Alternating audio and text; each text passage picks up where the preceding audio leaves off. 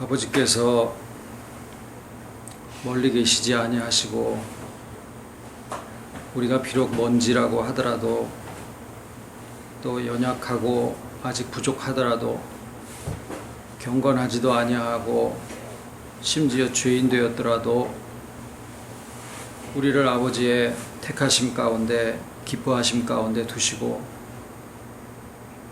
모든 것을 다 투자하시고 모든 섭리를 통하여 부활하신 주님과 우리를 연합하시는 은혜 가운데 두셔서 그 가운데 회복되게 하시고 그 가운데 성화의 과정을 통하여 충만함에 또 이르게 해 주시는 아버지의 은총 가운데 또한 세워주심을 감사를 드립니다. 아멘. 오늘 특별히 우리 최연희 집사님 가정이 이제 중국으로 또 이주하는 예배를 드리고 또 김자연 집사님의 임직 예배를 아버지 앞에 드리고자 합니다. 친히 성령께서 모든 것을 주관하실 줄 알고 감사를 드리오며 주께서 말씀하신 대로 우리가 어디로 가 있든지 성삼위일체께서 친히 그 하나님의 장막을 저들과 함께 하셔서 어디로 가든 동으로 가든 서로 가든 그곳에 아버지의 장막을 치시고 아버지께서 친히 모든 것을 주관하시고 예비하시고 공급하시고 지켜주실 것을 또한 믿고 감사를 드립니다.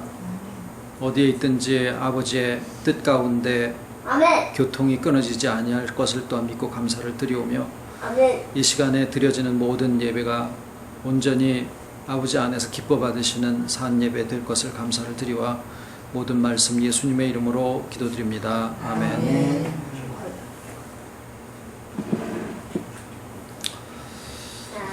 자, 오늘은 우리 최 장로님 댁에서 최연희 집사님 이제 중국으로 주재원으로 한번 가면은 한 5년? 4년 5년 정도 되죠. 또 우리가 어디에 있거나 또 아버지 안에 있다라고 하는 것은 믿음으로 알게 해주셨는데 그래도 현실적으로는 큰 변화입니다. 감당하게 해주실 것을 저희들도 기도에 맞이 아니하고 또 모든 것을 친히 미리 준비하셨을 거다라고 하는 것을 우리가 믿음으로 서로 나눕니다. 그리고 오늘 김자연 집사님 임직 예배 말씀 잠깐 후에 갖도록 하겠습니다. 순서적으로 오늘은 그 주기도문의 네 번째 기도문에 대한 말씀을 나누는 순서인데 네 번째의 기도문이라고 하면 하나 둘 셋 넷을 그냥 순서적으로 이렇게 얘기를 할 수 있지만 예수님과 마태가 히브리인이었다라고 하는 사실을 우리가 주목해서 본다라고 하면 히브리인의 글 쓰는 그 방식을 예수님도 그러시고 마태도 그것을 모르지 않고 어떤 것을 강조하는데 그런 방법을 사용을 한 것을 우리가 성경에서 많이 보게 됩니다. 그 중에 이 주기도문의 총 7개의 기도문 구절들이 있는데 그 중에 오늘 나누고자 하는 일용할 양식을 주옵소서라고 하는 이 기도문이 네 번째에 해당해서 그게 전체 7개의 기도문 중에서 제일 가운데 부분입니다. 그러니까 이것을 이제 마치 이렇게 보따리를 싸는 것과 같은 그런 그러니까 양쪽으로 이제 세 기도문씩이 있고 가운데 네 번째 기도문이 이렇게 감싸져 있다라고 하는 그런 구조로 되어 있습니다. 그래서 주기도문이 총 7개의 구절인데 그 중에서 오늘 나누고자 하는 이 일용할 양식을 주옵소서라고 하는 이 기도문이 전체 7개의 주기도문 중에서 제일 핵심에 해당한다라고 하는 사실을 구조적으로 먼저 볼 수가 있어요. 그게 첫 번째의 강조점인데 그런데 실질적으로 그 기도의 내용을 우리가 살펴본다라고 하면 조금 의아스러운 점이 있죠. 왜냐하면 우리가 메뉴를 오늘 뭘 먹을까 이런 거는 생각을 해보기는 해도 그거를 놓고 기도하지는 않죠. 설렁탕을 먹을 것이냐 짬뽕을 먹을 것이냐 이걸 놓고 생각을 하기는 해도 그것을 놓고 기도하지는 않습니다. 그리고 성경에서 분명히 무엇을 먹을까 염려하지 마라. 너희들이 구하기 전에 하늘 너희 아버지께서 공중의 새도 먹이시는데 그것이 우리가 구해야 될 내용이 아니다라고 하는 것을 분명하게 명시를 해 주셨어요. 그런데 주기도문에 아까 말씀드린 대로 핵심 자리에다가 우리에게 일용할 양식을 주옵소서라고 하는 그 내용을 거기다가 집어넣으신 것이 무슨 이유일까? 라는 생각을 해보게 됩니다. 그리스도의 복음의 내용 중에서 예수님이 아주 중요한 표현 방식을 하나 선택을 하신 것이 있는데 그게 뭐냐면 먹는다라는 행위에다가 복음을 연관시키신 거예요. 그래서 예수님이 예수님 자신의 살을 놓고 내 살을 먹어라 라고 이야기를 하십니다. 참 생각해 볼 만한 말씀을 던지신 거거든요. 그러니까 그냥 그 문자적인 내용으로 말씀하신 게 아니고 반드시 그것은 생각을 해보고 그것에 대한 해석이 거기에 첨부가 되지 않으면 말 그대로는 이해할 수 없는 교훈을 던지신 거예요. 그러니까 의도적으로 예수님이 그리스도의 복음을 먹는다라고 하는 행위와 연관시켜서 말씀을 하고 계시다라고 하는 것을 우리가 볼 수가 있습니다.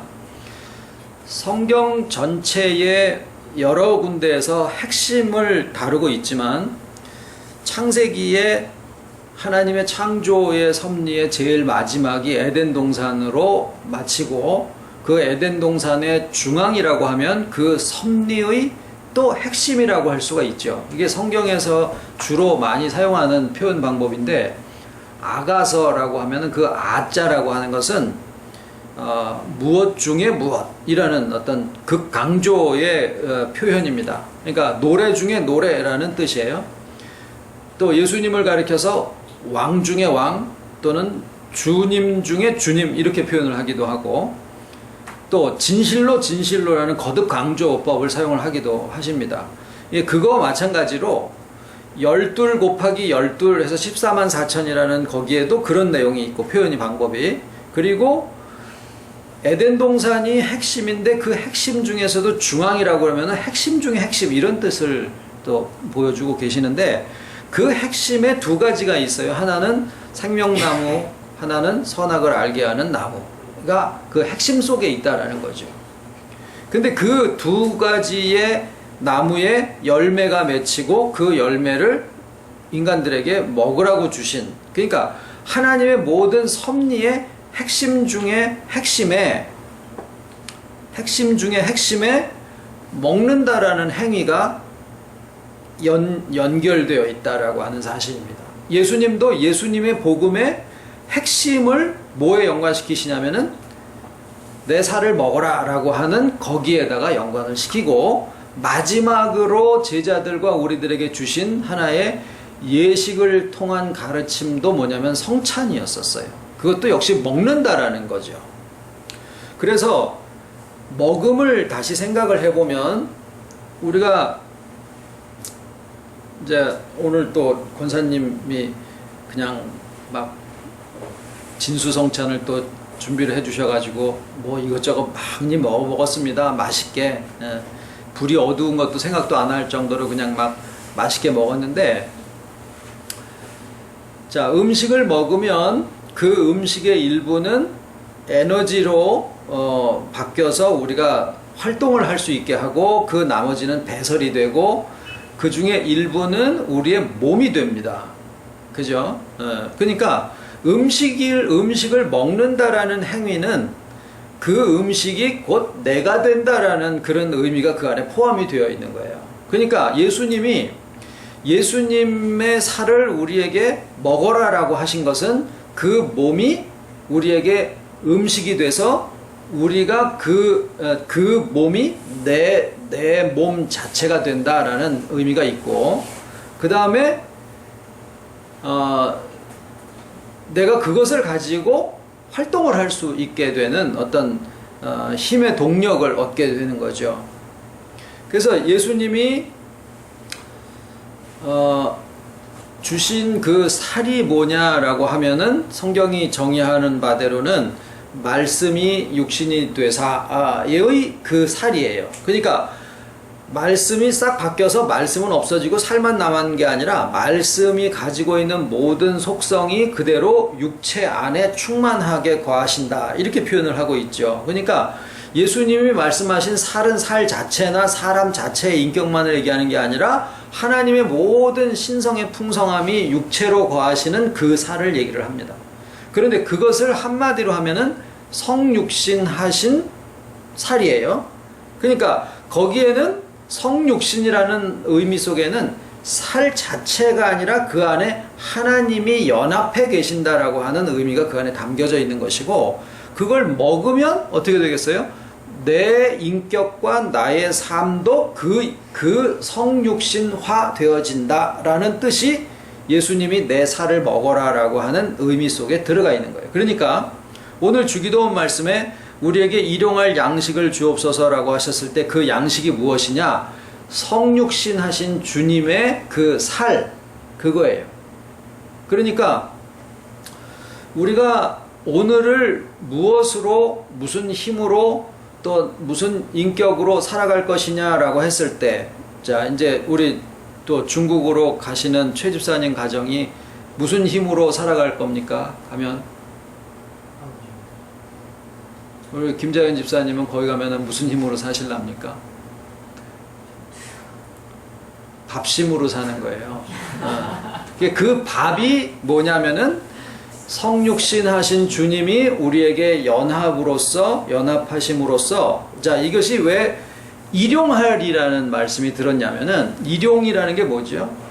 영어로는 daily잖아요. 그러니까 오늘이에요, 오늘. 그러니까 주님의 네 번째 기도문의 그 핵심 중에 핵심 속에 뭐가 들어가 있냐면은 현재성이 그 안에 포함이 되어 있어요. 그래서 오늘이라고 일컫는 날 동안에 주와의 연합한 그 성육신의 복음이 우리에게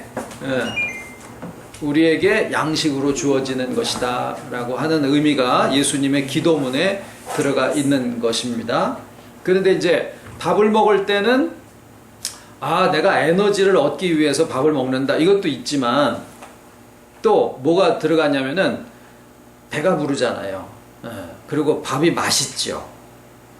그러니까 이 배가 부르다라고 하는 것도 굉장히 중요한, 먹는 의미에서 굉장히 중요한 비중을 차지하는 것인데, 우리가 예수님의 성육신의 복음을 나의 인격화 되어지도록, 그러니까 성육신 하신 예수님의 복음이 나에게 성찬의 의미로 주어지고, 그 다음에 그것이 모였을 때 서로 나누는 것으로 그게 서로 이렇게 충만해지는데, 그것을 세족식으로 요하는 표현을 하고 있어요. 그러니까 이 연합의 복음, 성육신의 복음은 자기 혼자의 인격만으로 그것을 받게 되어 있는 것이 아니라 반드시 서로가 나누는 의미 속에서 충만해지고 완전해지는 그런 속성을 가지고 있습니다. 그런데 왜 현재가 들어가느냐, 이걸 참 잘 보셔야 되는 게, 우리가 이제 어떤 새로운 하나의 챕터가 바뀌게 되면은 그 새로운 그 과목이든지 어떤 장이 하나 열릴 때 기대 반, 두려움 반, 걱정 반 이렇게 있거든요. 이게 뭐냐면 미래예요, 미래. 그런데 그 미래에 대해서 오늘날 교회에서는 뭘 가르치느냐면 소망을 가르칩니다.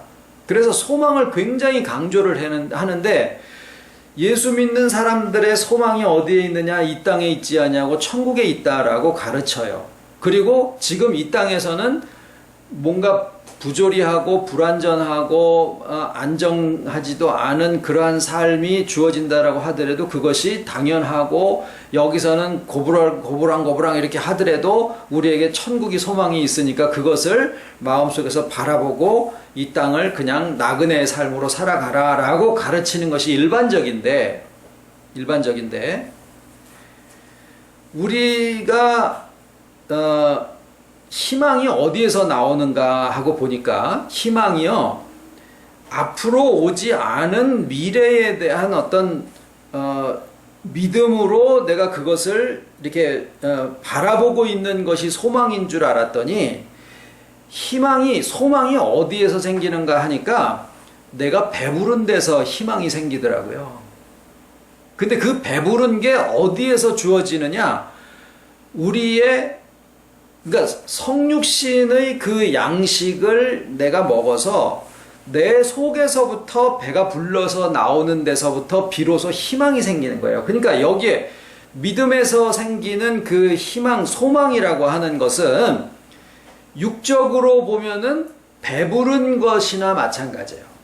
그러니까 저도 이렇게 당뇨기가 있는 건 아닌데 뭘 하다가 곡기가 떨어진다 그러죠. 곡기가 떨어지면은 순간적으로 막 완전히 손 저리고 막 땀나고 아무것도 못해요. 그러면은 이제 막 모래도 막 먹습니다. 그러고서 조금 기다리면은 이제 다시 그게 소화가 되면서 힘이 나고 에너지가 나니까 그때는 내가 무엇이라도 할 수 있다라는 그런 생각을 다시 할 수 있게 되는 거죠. 마찬가지로 우리의 소망은 미래에 어떻게 되어질 것인가라고 하는 거기에서부터 우리의 소망을 끌어오는 게 아니라 어디에서 나오느냐면 우리의 근거가 되는 배부름에서부터 우리의 소망이 생겨지더라라는 거예요. 그래서 내가 지금 소유적으로나 성취된 거나 어떤 장래에 보장된 거나 이런 것들은 아직 가진 게 없는 것처럼 보여질지라도, 눈에 보여지는 세계에서는 가진 게 없는 것처럼 보여질지라도 우리의 예수님이, 윤목사가 아니라 예수님이 우리에게 주신 주기도문 안에 예수님의 그리스도의 복음이 다 들어가 있는데 그 중에 하나님에 대한 부분을 쭉 나누시고 그 다음에 그 중간에다가 가장 핵심을 집어넣으셨는데 그 양식이 성육신이신 예수님의 그 연합하심이 내게 와 있다라고 하는 것이 우리의 양식이다라고 하는, 그것이 또 더군다나 오늘 현재적으로 내게 주어져 있다라고 하는 것과, 그렇게 됐을 때 영적인 배부름이 우리로 하여금 소망을 갖게 한다라는 거예요. 2010년에 되면은 내 빚이 끝나고 애들 대학 보내고 그래서 그때가 되면은 나는 이제 안심이다라고 하는 그 어떤 장래에 되어지는 게 아니라 우리의 소망의 근거는 내 안에 배고픔과 같은 그 허터증에서부터 이게 채워지는, 주님이 이 안에 채워져 계신다라고 하는 그 사실을 내가 인식하는 데서부터 우리에게 진짜 참된 소망이 생겨지더라라는 겁니다. 자, 그래서 이제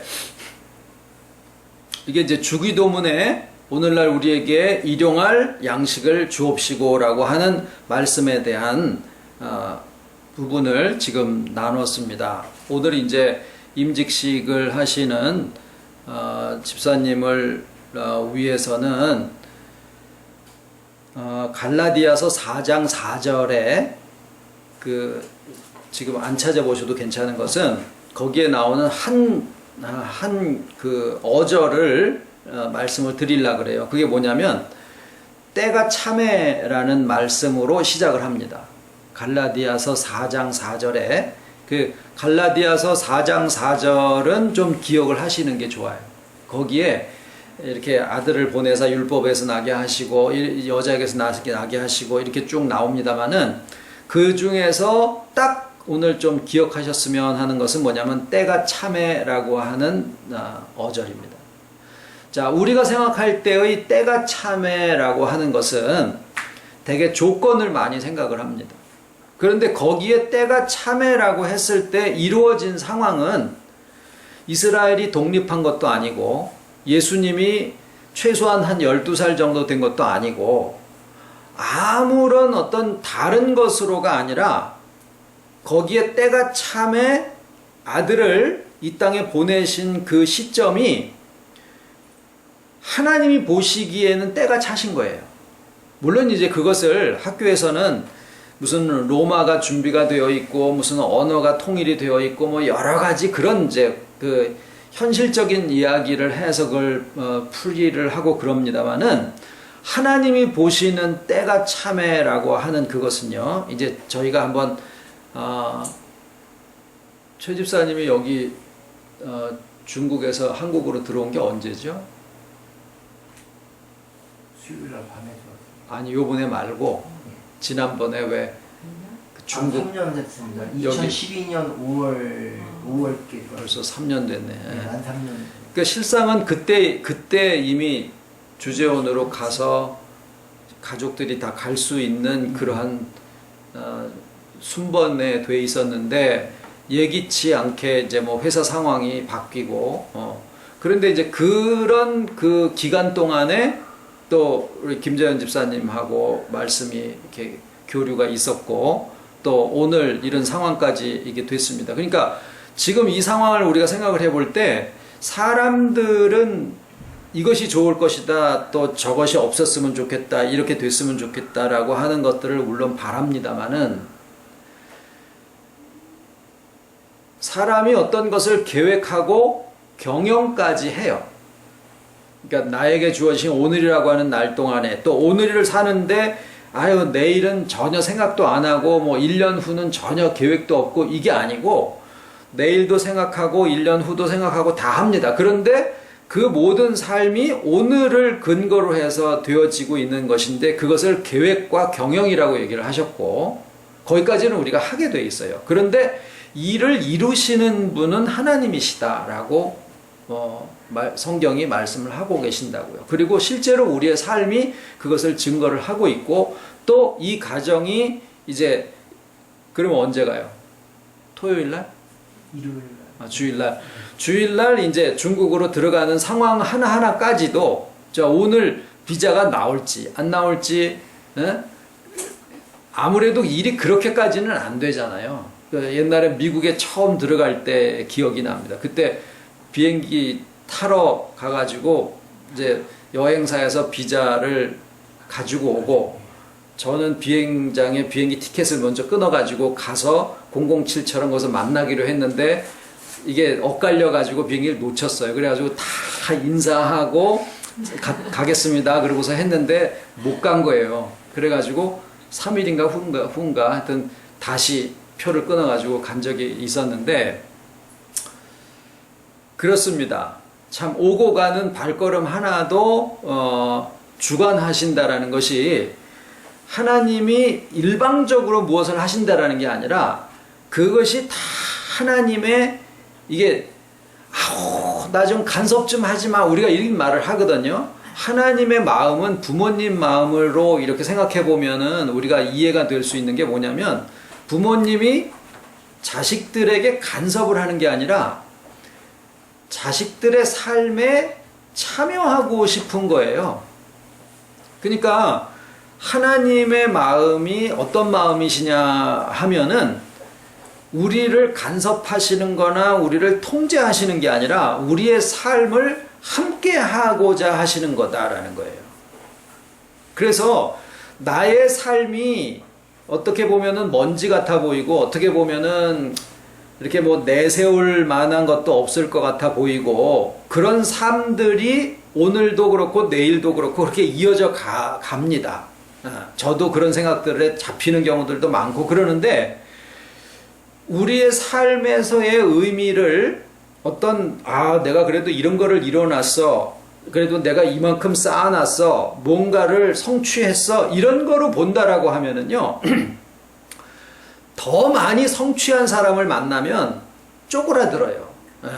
그럼 우리의 삶의 의미를 어디에서 찾아야 되느냐? 하나님이 나의 삶에 함께 하신다라고 하는 사실을 우리가 상기하게 되고 그것을 느끼게 되잖아요. 거기에서 모든 게 다 우리의 삶의 의미가 해결이 되어집니다. 근데 이것을 실제로 우리가 해봐야 돼요. 아이들이 자라서 아유 그래도 내가 저 자식 하나는 잘 키워놓은 거 그게 내 인생의 보람이야. 또는 뭐 내가 이제까지 이렇게 해가지고 뭘 하나 만들어놨어. 이런 것들로도 나중에 가서 정말 마지막 어떤 순간에 갔을 때는 그것도 나를 가려줄 수 있는 게 아니더라라는 거죠. 어느 순간에 어떤 상황에 어떤 형편에 있을지라도 우리가 정말 우리의 의미를 찾을 수 있는 것은 주께서 나와 함께 하신다라고 하는 이 아주 단순한 것 같은 이 사실, 이 진실이 우리의 모든 존재의 근거를 제공을 해주게 됩니다. 그리고 때가 참해하고 나타난 현상은 뭐냐면 아이가 하나 태어난 거예요. 그러니까 그 아이가 실상 뭘 할 수 있겠냐고요. 최소한 은총이 정도 나이라도 돼야 뭐 초록띠라도 따지요. 이 예수님은 그때 당시에 때가 차서 모든 게 다 준비돼 가지고 오셨는데 실상 하실 수 있는 것은 아무것도 없었던 거예요. 우리에게 있는 주님의 연합의 복음이 우리에게 과연 무엇을 해줄 수 있을 것인가? 나에게 과연 오늘 요번 달 집세를 내줄 수 있는 거냐? 나한테 무슨 뭐 학점을 제공을 해 아무것도 해줄 수 있는 게 없는 것 같아 보여요. 그런데 희한하게 우리에게 회복을 말씀하기 시작하신 이후에 그 회복이라고 하는 말씀이 그냥 연기보다도 더 아무것도 형체가 잡히지 않는 것처럼 그냥 그렇게 느껴지지만 우리의 삶에 놀라운 인생의 회복이 진행되고 있다라고 하는 거예요. 이것이 실체입니다. 실체. 그래서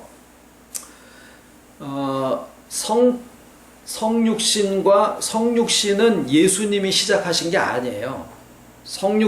예수님은요 모든 존재와 사역과 모든 것이 하나님의 어떠하심을 나타내시는 분이 예수님이에요.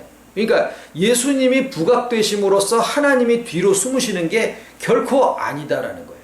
그거는 복음을 잘못 이해했을 때 나타나는 결과고, 즉 성육신은 어디서부터 근거가 되냐면 하나님의 속성 속에 이미 성육신적인 속성이 있다라고 하는 거예요. 이게 무슨 얘기냐? 우리가 아직도 영지주의에 빠져 있는 부분이 뭐냐면 하나님은 거룩하셔서 먼지로 된 어떤 혼돈과 공허 상태에 있는 그런 존재들하고는 함께 하시지 못한다라고 하는 그런 생각이 기독교 안에 만연돼 있어요. 그래서 옛날에 하나님은 그러니까 오죽하면은 그 먼지를 사탄한테서 받아왔다라는 그러한 이론이 나오겠느냐라는 거예요. 그건 아주 철저한 영지주의에서 나온 해석 방법이에요. 하나님의 거룩하심은 어떤 거룩하심이냐면 먼지라고 하더라도 상관하지 아니하고 그것을 끌어안으시는 그 거룩하심이에요. 그러니까 하나님의 속성 안에 이미 근본적으로 성육신적인 속성을 가지고 계신다라는 거예요. 예수님은 그것을 몸으로 존재로서 표현을 하신 거고, 그 다음에 그 성육신적인 존재의 가르침을, 메시지를 우리에게 성찬과 세족식이라고 하는 예식으로서 우리에게 전해주신 것은 그 성육신의 복음이 예수님의 한 분에게만이 아니라 오늘날 우리 각자에게 다 성취되는 것이고, 더군다나 나의 인격에만이 아니라 그것이 어떻게 돼요? 옆에 있는 이웃들과 그게 나누어지게 되어 있다라는 거예요. 그래서 저는 예수님을 호적하러, 이제 그 얘기는 많이 아시죠? 호적하러 갔는데 그것이 베들레헴에서 예수님이 나실 것이다 라고 하는 그 예언이 성취가 된 것이죠. 그런 것처럼 지금 모든 상황에 아이들 교육, 직장 문제 뭐 이런 식으로 해가지고 이사를 가고 또 출국을 하고 이렇게 갑니다마는 실상은 이 모든 것 속에 우리가 요것은 사역의 길이야, 요것은 생활의 길이야가 따로 구분되어 있는 것이 아니다라는 거예요. 그래서 우리의 삶이 다 뭐냐면 실상은 생활 전도요, 생활 선교에 우리의 삶의 의미가 있다라는 거예요. 그것이 나눔이에요. 내가 꼭 성경을 끌어다 대서 뭐 이렇게 하지 않더라도 만나는 사람에게 이제는 내가 조급한 것이 아니라 회복이 얘기가 되어지고, 또 그러는 가운데 하나님에 대한 오해도 풀어지고, 또 기독교인이라고 하더라도 그 기독교인이 가지고 있는 어떤 무거운 짐에서부터도 또 이렇게 풀어 놓아지는 그러한 회복을 얘기를 할 수도 있고, 그래서 우리의 삶적인 모든 움직임이 다 실상은 생활 선교의 현장이고 생활 전도의 현장이시다라고 하는 것을 우리가 상고를 하시고, 자, 이로써 말씀을 일단 마감을 하겠습니다. 잠시 기도드리겠습니다. 이미 아버지의 속성 가운데 우리와 연합하시는 하나님의 성육신적인 속성이 예수 그리스도의 존재적으로 나타나신 바 되시고, 또 우리 하나하나의 인격 속에 부활하심으로써 또 연합하셔 그 성육신화 되게 하시고, 그 모든 복음이 우리 한 인격에만이 아니라 또 우리가 살아가는 모든 삶 속에 우리의 가족과 또 우리의 이웃과 형제 자매의 모든 삶에 정말 주님의 가르치심대로 회복이 우리의 말과 우리의 관계를 통해서 또한 이루어지는 참 가장 축복받은 삶에 저희들 세워주신 것을 감사를 드립니다. 이제 또 중국으로 이사하시는 최 집사님 가정 위에 아버지께서 또 크신 은총과 또 축복으로 함께 하실 것을 또 기도를 드리고 감사를 드리고, 어디에 있든지 정말 아버지께서 친히 살아 동행하심으로 모든 것을 예비하시고 순적하게 하실 것을, 또 무슨 일을 당하더라도 합력하여 선을 이루게 하시고, 힘든 일을 당할 때 피할 길을 또한 예비하시고 공급하실 것을 아버지 앞에 감사를 드립니다. 남아있는 우리 최 장로님 가정 위에도 아버지께서 함께 하시고, 오직 우리 아버지로서만 모든 충만의 근거를 삼을 수 있고 어디서나 기도의 교통이 끊어지지 아니하도록 아버지 저희들의 심령을 깨워 주시옵기를 소원을 드립니다. 저희들 이제 또 김자연 집사님 임직을 아버지 앞에 또한 드릴 때에 정말 그 모든 마음의 희생이 우리 아버지의 보좌에 상달될 것을 감사를 드렸고, 이것이 그저 하나의 직분이 아니라 우리가 오직 주님과 연합한 이 한 가지 사실이 모든 그리스도의 복음을 우리가 맡은 자로서의 삶을 살게 해주신다라고 하는 것을 알고 감사를 드리오며, 모든 과정 위에 저희들이 하나하나 또 증인으로 또 아버지 앞에 감사를 드리오니 친히 성령으로 주관하여 주시옵기를 예수님 이름으로 기도드립니다. 아멘.